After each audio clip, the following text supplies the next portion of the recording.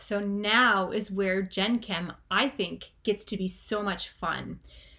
We're introducing acids and bases, and we're getting to apply everything that we've learned about equilibria. So the next two learning units actually both have to do with kind of acids and bases. The next learning unit after this has to do with more applied equilibria with buffers, and then also thinking about sparingly soluble salts. So that's our learning unit that comes next. But this one's focused on acids and bases. So just to give you a little context, because this first skill is largely qualitative, the 4 skills that we're going to do in this learning unit. The first is just introducing ourselves to acids and bases. And we actually have a set of about 5 mini skills within this skill. So I'll show you that on the next slide. But after that, we're going to actually spend 2 skills working on applying the concepts of equilibria that we've already learned to these new systems of acids and bases in our second skill, and then salts in our third skill. Finally, in our last skill, we return to some more qualitative pieces, and we think about trying to rationalize and understand why some species are acidic. And so we'll look at structure, we'll bring in concepts that we've learned already about electronegativity and so forth. But then we also learn the most expansive kind of way to think about acids and bases, and that's with Lewis acids and Lewis bases. And introducing this concept is really important, as many of you will move on to organic chemistry and think about how and why species react. All right, so a little bit of like a 30,000 foot soapbox there as we kind of introduce acids and bases. So a lot of qualitative stuff. There's quite a few slides in this first skill, but there's a lot of little things we need to make sure that we bring everybody up to speed on so we're ready to talk about acids and bases.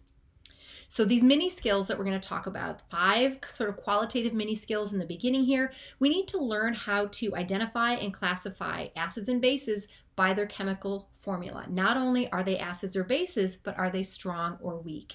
And so there's a set of Quizlet flashcards that are available on Blackboard that can help you practice that if you need some practice. If you don't have that skill mastered, you can't do the rest of the skills well. We need to know how to write acid-base dissociation equations and equilibrium expressions. So we're going to kind of bring in a lot of what we've already learned about. Oh boy. What? You are never up here. You're so loud.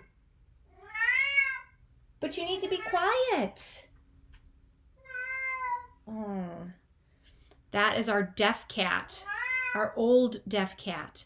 I probably will edit this out, but if I don't, you'll have a funny little introduction to, that's CJ. I don't know. Are you going to be quiet here?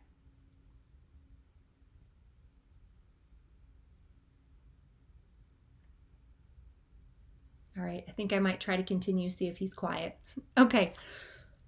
Not only do we need to be able to identify acids and bases, think about their dissociation equilibria, but we need to be able to rank acids and bases by these equilibrium constants, or these pKa values. Then we need to think about doing some chemistry with acids and bases. And so one of the things we want to think about is when we write a dissociation of either an acid or a base, we have an acid and its conjugate base, or a base and its conjugate acid. So we're going to delve into those details. And then doing reactions with acids and bases, we need to think about how we would predict where that equilibrium lies. And it's not as simple as a Q versus K comparison. We're going to approach this from a qualitative standpoint. The last little piece in this skill is thinking about quantitative pieces. There are 4 important parameters that we need to be able to think about when we do and think about acids and bases. And that's H3O plus concentration and its related pH value, OH minus concentration and its related pOH value. And I'm going to show you kind of a way to think about how to interconvert these terms with what I'm calling a round-the-block calculation. All right, so let's delve in. So why is Dr. Parenti so excited about acids and bases? Well, because you can literally find them anywhere, in your kitchen or in your body. They're just everywhere. I'm not going to go through everything that's on this list here, but just kind of taking a glance through, you'll probably recognize most of the things that are on there. And we've talked about acids and bases already. In Unit 4 in Gen Chem 1, we talked about how acids and bases react with one another. An acid reacts with a base to give us a salt and water. That's what we learned in Unit 4. So we loosely defined acids as species that generate protons in solution and bases that generate hydroxide ions. So we'll continue with that, but we'll also expand that definition as we think about other substances that have acid or base character.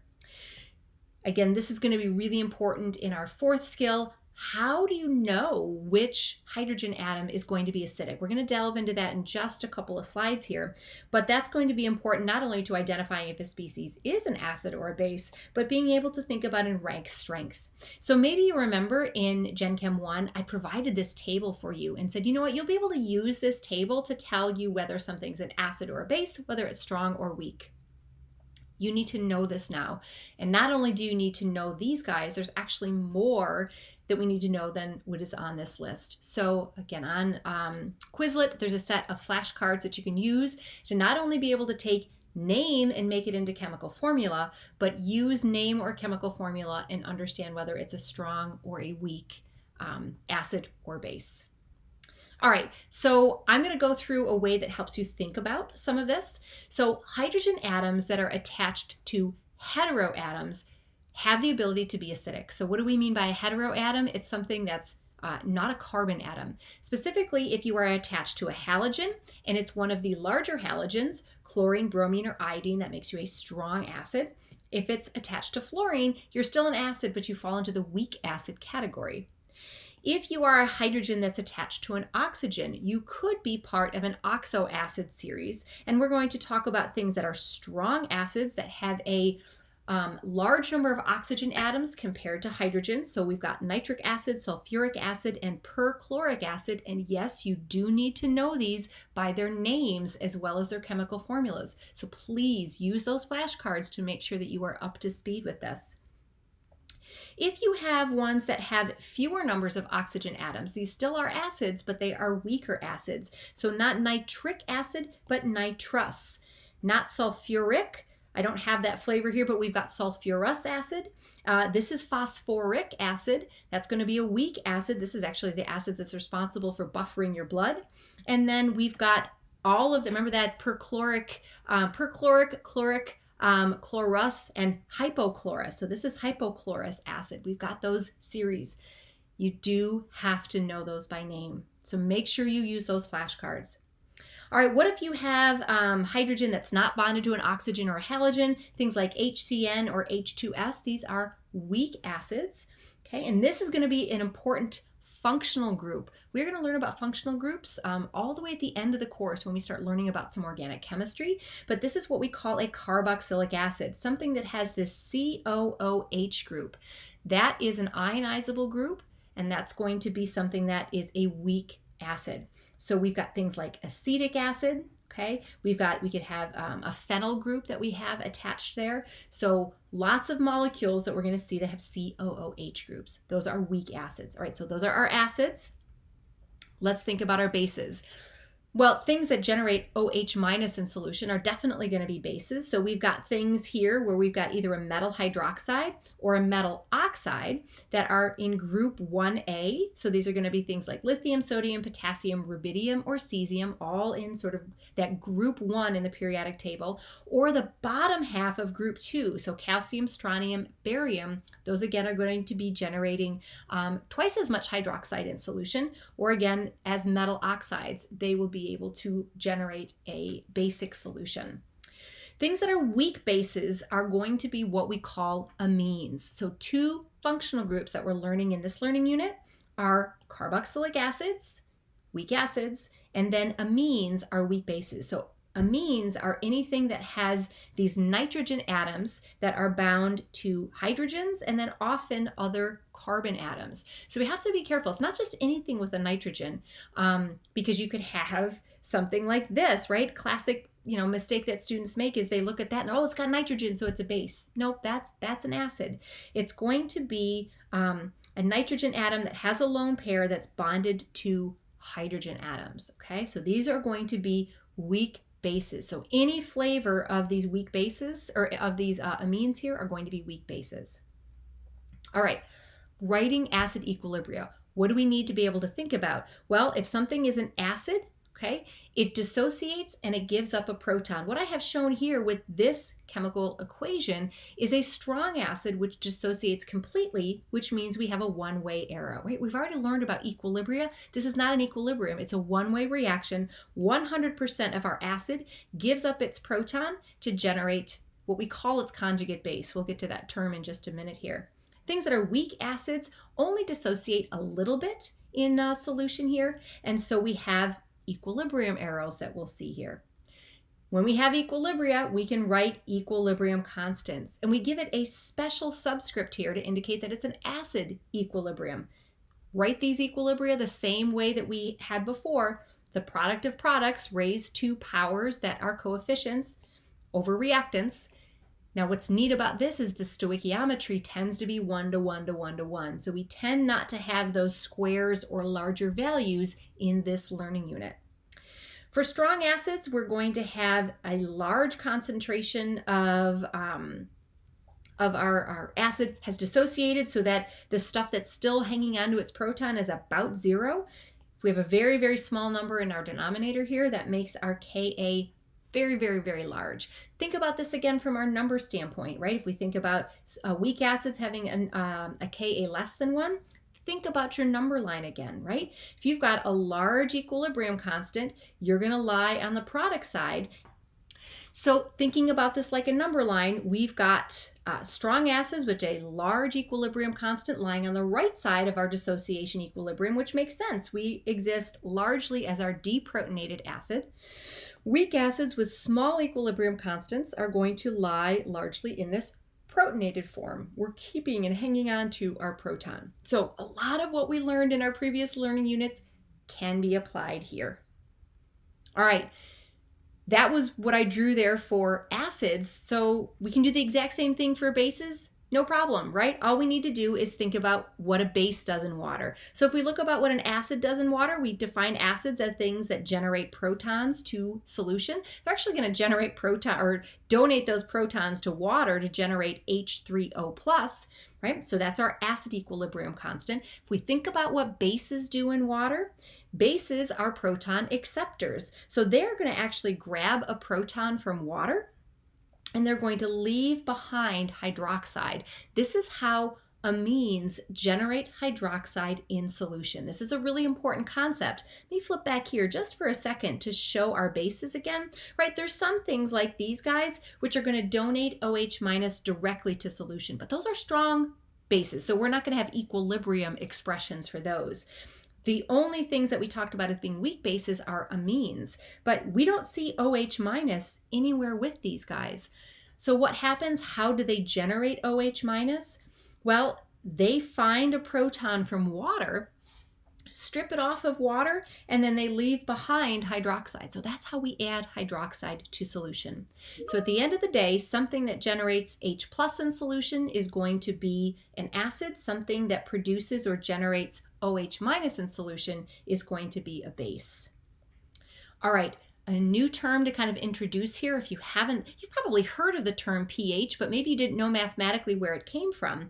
A P scale is basically a numerical scale that we take the negative logarithm of a value and it allows us to put things on a log scale. So rather than something maybe running from 10 to the -14th to 10 to the +14th, it's going to run from -14 to 14. Numbers that are a lot easier to think about and conceptualize. So we can do the same thing when we generate something called pKa. So pKa is the negative logarithm of the Ka value, okay? And it just takes all of these things that have scientific notation and exponents and puts them at a reasonable kind of number line, if you will. I don't have it necessarily written here, but pH is equal to the negative logarithm of the H3O+ concentration. So we might have a range of H3O+ concentrations that go from, let's say, 10 to the -14th to about 10, let's say, but it's much easier to think about those numbers on a realistic sort of number line scale. Okay, so an important kind of preview for something we're going to see in a later learning unit is that there is a relationship between pKa and pH. So if this concept doesn't make sense right now, don't worry about it too much. We're going to revisit it in our next learning unit. But we can think about pKa as being a property of a molecule. How much does an acid want to hold onto its proton? And we can think about pH as being a property of the environment, right? Our solution is either an acidic environment or a basic environment. And what really ends up happening is a tug of war for a proton on a molecule. And who wins that proton has to do with who has the bigger number, pH or pKa. Okay, so the relationship between pKa is the pH you need to be at in order for the environment to start winning that tug of war. So we'll expand more on that a little bit later on. All right, so ranking this acid-base strength, you're going to see qualitative questions in this learning unit on your quiz having to deal with pick the stronger acid. I'll always be likely to give you some data. Maybe it's something that you need to look at the structure of the molecule, but often you'll be given data. You'll be given either Ka or Kb values, right? And you can use those to rank who's the strongest. Remember, the largest Ka or Kb value, right? The stronger the acid or the base. So we can compare those values. Well, we're going to have an appendix that we start learning in or using in this learning unit. It's called Appendix C. It's up on your resources tab. This is going to be something that provides either Ka values for a bunch of selected acids or a bunch of Kb values for a bunch of selected bases. So a resource table that you'll be able to have to utilize. All right. Conjugate acid-base pairs. So let's think about this. We've learned about how to identify if something's an acid or a base. We know that list, and we're going to practice those flashcards to know them by name and who's an acid and a base and who's strong and weak. And we've written equilibrium equations to kind of show what happens when an acid or a base dissociates. But let's introduce some terminology here to help us explain this. When an acid gives up its proton to water here, it generates what we call a conjugate base. So conjugate acid-base pairs are species that are related by plus or minus a proton. So in this case, HA is related to A minus because they are different by the loss of a proton. Similarly, H2O is related to H3O plus because they are related by plus or minus a proton. In that case, water has gained a proton to become H3O plus. So we've got this acid related to its conjugate base. We've got this base related to its conjugate acid. So those are conjugate acid-base pairs. They're conjugates, and then whoever is plus the proton, you call the acid. Right? Similarly here, we can write the same sort of an equation here with a base, right? A weak base here. That weak base, we talked about taking its proton from H2O, right? It's leaving behind hydroxide and generating BH+. So this base has its conjugate acid. This acid has its conjugate base, okay? So hopefully you see how that terminology works, okay? We can have the same thing happening when we're reacting acids and bases, right? So we can have this acid react with ammonia, this base. The acid gives up its proton to become its conjugate base. The base is the one that takes that proton to become the conjugate acid, right? So we see these relationships. So when we're having this chemical reaction, if you will, between an acid and a base on one side, generating conjugate acids and conjugate bases on the other, how do we know which side of the equilibrium we lie on? We can predict it. Okay, so here's the rule for what we're going to think about. We're going to have stronger acids reacting with stronger bases to give us weaker stuff. This is how we know chemistry happens, right? Chemistry happens to make things less reactive. Now, we're pulling a whole bunch of skills together here to be able to answer this question, because the first step is we need to be able to look at all of these guys and identify who's an acid and who's a base. Then we need to be able to use a second skill and identify who's the weaker acids and bases in those combinations. Once we've used those mini skills to answer those questions, then it's a pretty simple step to just say, well, whoever has the weaker stuff, that's the side where the equilibrium lies. All right, I know there's been so much in this video to introduce us to acids and bases, but these are key critical skills in order for us to successfully set up and do our quantitative pieces with solving equilibrium problems. All right, so to summarize this, and then we'll move on, I have one slide on our quantitative stuff. Strong acids and bases are going to react to generate weak conjugate acids and weak conjugate bases. We'll learn in our fourth skill why that is, and we'll be able to predict and understand why. Okay, and weak acids and bases, again, are going to have strong conjugate bases and acids as their pairs, right? This is going to be what we call a mixture we'll get into next learning unit. We generate buffers. So don't worry about that too much. This is just kind of a neat little table that takes some of the quantitative piece and allows us to just kind of rank acids from strong to weak, rank bases from strong to weak. Okay? All right, I know it's been a long video. Last little piece here is a quantitative piece. Remember I told you there was 4 key pieces of information that we're going to be interested in when we're doing acid-base equilibria. In general, the question you're going to get when you have to solve one of these problems, either on your in-person quiz or on one of the online questions, is I'm going to ask you, what's the pH of the solution? What's the pOH of the solution? What's the hydroxide concentration? Or what's the hydronium ion concentration? That's what this is called, hydronium ion. It's the same thing essentially as proton concentration, but these are related. These 4 things are related. You'll notice you could walk between H3O plus and OH minus using this relationship. You can walk between H3O plus and pH using our P-scale relationship. You can walk between pH and pOH using this relationship, or again between pOH and OH using our P-scale. So these are not equations that are going to be provided for you. You need to understand the P-scale, and then you need to know these 2 pieces. Actually, these 2 things that are boxed here, as well as this value, anything that's boxed here is provided for you. You just need to know how and when to use it. But importantly, you'll notice that we can't go crisscross here.